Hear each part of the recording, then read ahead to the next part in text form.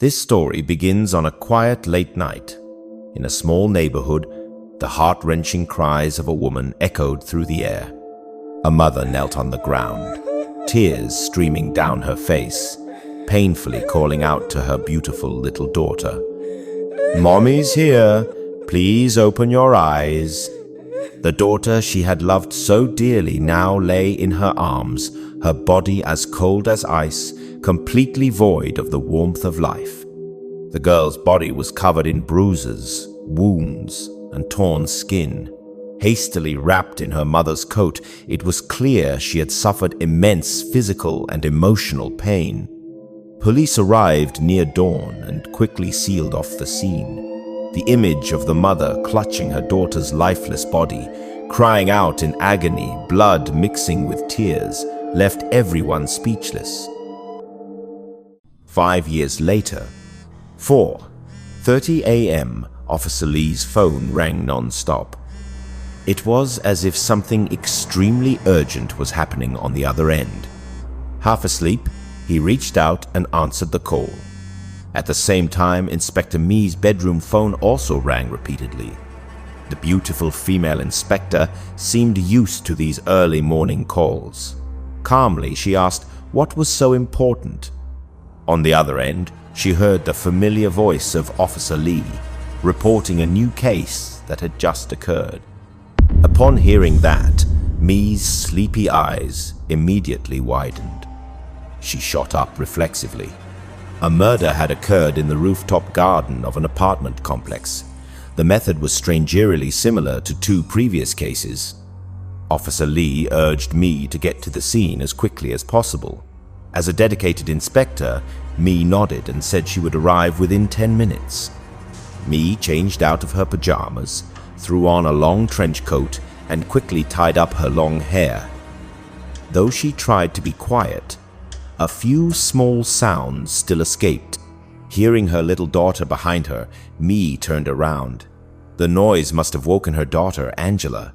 The little girl softly called out, "Mommy." Angela, looking adorable in pink pajamas and hugging her teddy bear, was still half asleep. Her eyes looked worried, knowing her mother was off to catch another bad person. Slipping on her shoes, Mee gently stroked her daughter's hair and promised she would catch the criminal and be home soon. She then turned to her husband, asking him to put Angela back to sleep and later make her breakfast before school. She had already left food in the fridge, just needed to toast the bread. Before leaving, she patted her daughter's head once more, reminding her to be good and listen to her father, then left feeling reassured. The first rays of sunlight shimmered through the glass windows of the apartment complex where the city's residents lived. Last night, a horrific murder had occurred. The victim was male, found on the rooftop, killed in an especially brutal manner. Police had cordoned off the scene with yellow and black tape. Inspector Mee listened to Officer Lee report that this was the 3rd case, and the public was in a state of panic. In the first case, the victim was male. His body had been found 3 days ago, also on the rooftop of the building he lived in. The second man was found at home, murdered in a similar fashion. No fatal external wounds were visible. During autopsy, after removing the victim's clothing, countless tiny holes were discovered all over their bodies. X-rays revealed numerous steel needles embedded in the victim's muscles and inside their chest and abdomen. The needles had been precisely inserted into vital organs, causing fatal internal injuries invisible to the naked eye. This was the primary cause of death. As she listened to Officer Lee's report, Mee put on gloves and asked how their superiors were responding. Officer Lee looked worried. With the cases occurring back to back, there was uncertainty about whether the killer had stopped. The public was frightened, and their superiors were getting anxious. Under heavy public pressure, more officers had been deployed to tighten security. At headquarters, senior officials were setting a firm goal to solve the case as soon as possible, concentrating resources to capture the killer. With her experience, Inspector Mee understood the importance of solving this case. However, the clues so far were a tangled mess, leading nowhere definitive. She carefully examined the body. Something about the wounds triggered a vague memory in her, but she couldn't quite place it. Suddenly, Officer Lee's phone rang urgently again. The call was from headquarters. He quickly picked it up. The voice on the line reported that another case had just occurred. In less than 12 hours, the killer had struck again, bringing the total to 4 victims. However, what shocked everyone was that someone had confessed to committing the murders. After the call, everyone was summoned back to the police station to interrogate the suspect. They were all eager for answers to the string of murders they had struggled to solve. At the police station, the atmosphere was already tense, now thick with anticipation. Everyone anxiously awaited the killer's confession. Inspector Mee looked into the interrogation room. The suspect was a petite, middle-aged woman who appeared frail, but her eyes glinted with a chilling sharpness. According to Officer Lee, the 4th victim had died in a slightly different manner. The main cause of death was a deep slash across the neck. According to the forensic expert, such a forceful cut could only have been made from behind. Inspector Mee was very surprised. The victim was clearly a tall and well-built man. To overpower him from behind would require significant strength. Looking into the interrogation room, she found it even harder to believe that the small woman could have had the physical strength to carry out such an act. Officer Lee added that the suspect claimed she acted alone in all 4 cases, without any accomplices. Mee widened her eyes. Could there be something hidden behind all this? It was almost impossible for a middle-aged woman to overpower 4 grown men. Carrying her doubts, she stepped into the interrogation room. Sitting face to face with the suspect, Officer Lee looked at the woman in front of him and gently urged her to tell the truth. In an icy voice, she slowly asked, "This morning, did you find the body of a 19-year-old named Pam who died at 2 a.m. on the rooftop of the apartment building?" Sweat broke out on Officer Lee's forehead. The information she provided was completely accurate. It was as if she were indeed the killer. With the same emotionless, chilling tone, she continued to speak about the 2 earlier incidents. Everything she said, the victims, the time of death, the locations, was completely accurate, even though none of this information had been made public. Inspector Mee remained calm. There seemed to be no connection between the suspect and the victims. So what was the motive? The woman lowered her head, her cold face betraying no emotion. But beneath the surface, there was a seething anger. She said all of them deserved to die. At this point, Mee could no longer stay calm. She didn't believe for a second that this woman was the true killer. She was definitely covering for someone else. The woman suddenly gave a bitter smile. In a soft voice, she said there was no need to hide anything, and she wasn't taking the blame for anyone. However, if one looked closely, behind her smile, a few tears had begun to well up in her eyes, just enough that no one else would notice. She said that, from that night onward, there was no one left in the world worth sacrificing herself for anymore. That fateful night had changed, and would continue to change the lives of many people. A night when a mother's heart shattered into pieces, never to be mended again. A night when a mother's choked cries of grief blended with the wails of police sirens. Hearing this, a glimmer of light flashed in Mee's eyes. A fragment of memory from her career as a police officer suddenly flickered in her mind. Mee gradually regained her composure. Let's assume she was telling the truth. Then, how exactly did she carry out the murders? Officer Lee pulled out a notepad to record the statement, waiting for her answer to the question, How did a frail woman manage to kill not just one, but 4 tall, strong men? The middle-aged woman gave a mysterious smile. If it was about how she committed the murders, she had used a very simple method. Inspector Me and Officer Lee were beginning to lose their patience. This had to be the key to the case, the method the killer used. Me urged the woman to tell the truth. Her voice rose with an eeriness that sent chills down everyone's spine. The answer shocked them all. She used a curse. Time seemed to freeze in the interrogation room. Everyone stood in stunned silence, unable to believe what they'd just heard. A curse? The interrogation continued for several more hours. They questioned her extensively about her relationship with the victims and how she had supposedly cast a curse on them. But she only admitted to the murders and remained silent on everything else. By the end of the session, after the interrogation concluded, Me sighed and announced that the woman would be held in custody, awaiting a formal trial date.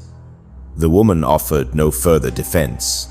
She looked at Mie and smiled a smile that felt strangely familiar. Then she softly said, just loud enough for Mie to hear, "You look like you've lost weight." That evening, the police station was still brightly lit. Everyone was busy wrapping up the investigation. Officer Lee lit a cigarette. It felt like the day's work was only just beginning. Even though the suspect had been arrested, he remained highly skeptical of her eerie testimony. He turned to ask Inspector Me if she felt the same. Me hesitated. She still couldn't reach any conclusions. They decided to visit the woman's residence to gather more evidence. Me couldn't stop thinking about the last thing the woman said to her after the interrogation. "You look like you've lost weight." Had they met before? Me kept thinking, rummaging through fragments of her memory. A life filled with hundreds of criminal cases made it difficult to pinpoint when or how she had encountered this woman before. According to residential records, the police quickly located the woman's apartment. They hoped to uncover new clues to verify her statements. When the door swung open, the scene inside left everyone stunsome, even visibly frightened. Hanging from the woman's ceiling were 5 straw dolls, each pierced by countless sharp needles. Looking around the apartment, Inspector Me was drawn to a small, lit room with a slightly open door. Me pushed the door open. From the arrangement and furnishings, she guessed it was a child's room. What caught her attention was a portrait on the table. In the photo was a little girl. Could it be that this woman had a daughter? If there was a daughter, then where was she now? With that question in mind, Me stepped closer to examine the photo carefully. The picture frame was old. In it was a girl with a radiant smile wearing a junior high school uniform. "Oh my God," Me exclaimed. A fragment of memory surfaced. It was that girl, the one brutally murdered 5 years ago. That year, a high school girl was found dead in a narrow alley. Her body was naked, and the one who discovered the body was the girl's mother. No one could forget the heart-wrenching screams that pierced the night. The girl was a victim of school bullying. She had been tormented and abused by a female student from the same school for a long time. That fatal night, the bully lured the girl to a small alley near her home. The perpetrator also enlisted 4 other thugs. They beat her and raped her. After the group had brutally attacked her, still unsatisfied, the female student grabbed a baseball bat, intending to teach her a lesson. The bully's cruel eyes gleamed with bloodthirsty delight. Seeing the girl's pathetic state, she laughed with sadistic pleasure. In her desperation, the girl could only cry and beg for mercy, hoping the bully would take pity and spare her. But ignoring the pitiful pleas, The bully relentlessly struck the girl with blow after blow. In the end, the girl was beaten to death, carrying with her an overwhelming sense of fear and panic. At that time, Mee was an ordinary detective. Pregnant at the time, she requested a transfer to the city police department to be closer to home. On her first day, she was assigned to this case. The police escorted the victim's mother inside to take her statement. Devastated by her daughter's death, the mother appeared soulless, drained of all strength. Some officers whispered among themselves, expressing sympathy for the mother. Everyone felt heartbroken for the daughter, tortured to death by thugs. Mee, soon to be a mother herself, looked at the grieving mother with a heavy heart. As a mother, she felt genuine pain. Mee called out to her. Hearing the call, the mother turned around. Tears continued to stream down her gaunt, haggard face. With resolute determination, Mee approached the mother, placed a hand on her shoulder, and, with eyes full of conviction, firmly promised that the culprits would face the punishment they deserved. On the day of the trial, everyone gathered to hear the court's verdict. All hoped for a just sentence for the despicable criminals. However, the court sentenced the mastermind, the female student, to only 10 years in prison. The other thugs, who merely participated and did not directly cause the victim's death, received only a warning. Upon hearing the verdict, the mother could no longer contain herself. She stood up, screaming that the sentence was far too lenient for her daughter's death. As the mother writhed in agony, the thugs smirked with satisfaction. The law's leniency had allowed these heartless criminals to escape the punishment they deserved. The news of the trial was widely broadcast on television. Everyone who heard it felt outraged by the law's shortcomings. At that time, Mee had just given birth. Lying in the hospital, she watched the news anchor report on the verdict, her heart filled with sorrow. The case of the murdered schoolgirl was officially closed. The 4 accomplices received suspended sentences, while the mastermind was sentenced to 10 years. Since then, there was no further news about the mother. After recalling the past events, Mee looked around the room. She was surprised that, even after 5 years, it seemed the mother had kept her daughter's room untouched. Back at the police station, Mee spread out photos of the 4 victims' bodies on the table. As expected, they were all the thugs from that year. The motive for the killings must have been revenge. She remembered how she had once promised the mother that the culprits would face justice. But in the end, Mee sighed. It wasn't the law that punished them. It was the mother. Examining the victims' photos closely, Mee's eyes suddenly caught a detail that struck her as strange. It was a photo from the autopsy of the last victim in this case. There were numerous tiny holes forming a large hand-shaped wound on the back of the victim's head. Officer Lee expressed skepticism. Given the victim's large stature compared to the killer, it was unclear how this wound was inflicted. What exactly had happened? Mee stared at the photo, sweating profusely. Could it be that this woman had the power to cast a curse, as she had claimed? Another major question remained. If she had the ability to curse, why did she use a knife to kill in the final case? Officer Lee shared the same thought. Without that knife, even if she confessed, the police would have had no evidence to convict her. Mee raised a hypothesis. Perhaps the curse was no longer effective, or being far from the crime scene weakened its power. But with the intuition of a seasoned detective, Mee felt these theories were wrong. There had to be another reason for the mother's actions. If she hadn't used the knife to slit the victim's throat in the final case, she would never have been caught. But Mee suddenly realized she did it to get caught. As if she had pieced together the reason behind the mother's actions, me froze. She had figured it all out. The female student who masterminded the murder of the mother's daughter 5 years ago was currently imprisoned in the women's prison in this area. Me began to recall that 5 years ago, the day after the girl was murdered, her face was broadcast on television news. Reporters broadcast live from the police station, reporting that the girl was killed in an alley the previous night, her body naked, covered in wounds from a brutal beating before her death. Across the city's large screens, the face of the raped and tortured high school girl was displayed. The victim, a high school student, had her face exposed on every major and minor news outlet. All 5 suspects in the case had been arrested. However, the identities of those monsters were carefully concealed to ensure their safety, and no one knew they had committed the crime.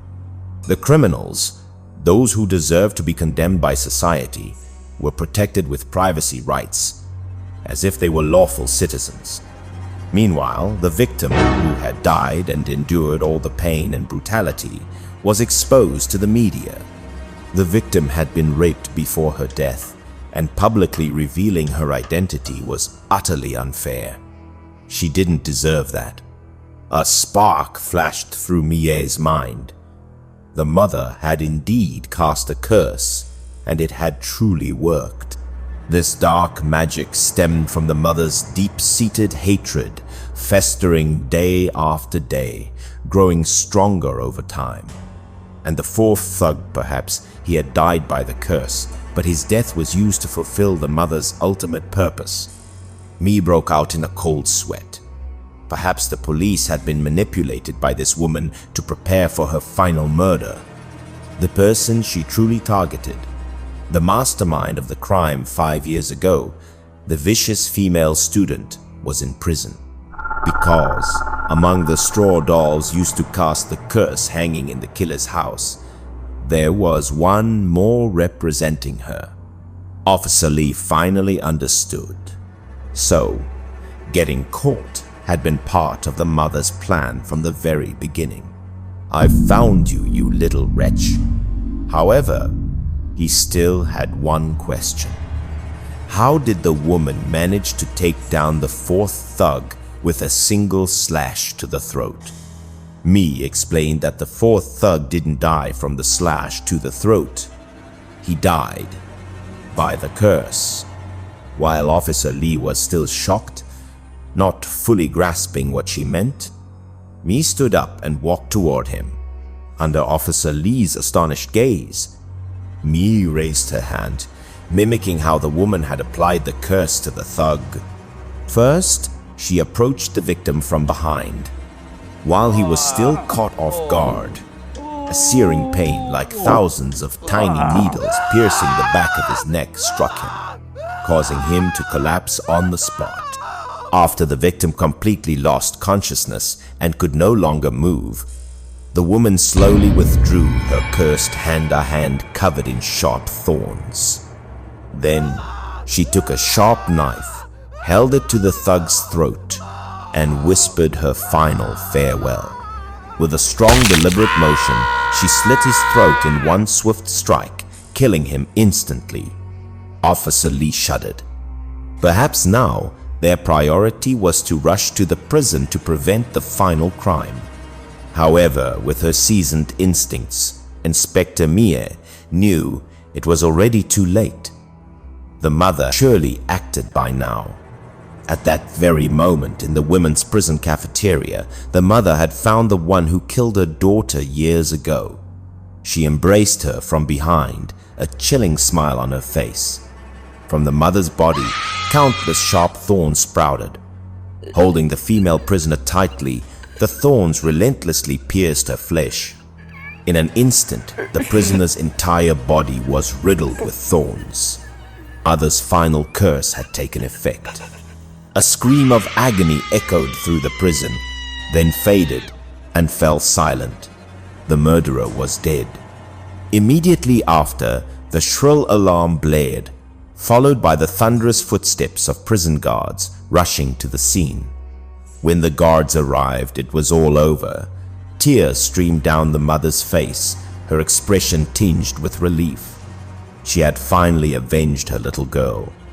The case was officially solved. Inspector Mee returned home the next morning as the first rays of dawn broke through. The first to greet her at the door was her young daughter, Angela. The 5-year-old beamed with joy at her mother's return. Angela wrapped her arms around her mother's neck, her soft fingers resting on her mother's shoulders. Innocently, she asked if her mom had caught the bad guys. Tears welled in Mee's eyes. She hugged Angela tightly and gently told her that another mother had helped her catch the bad guys.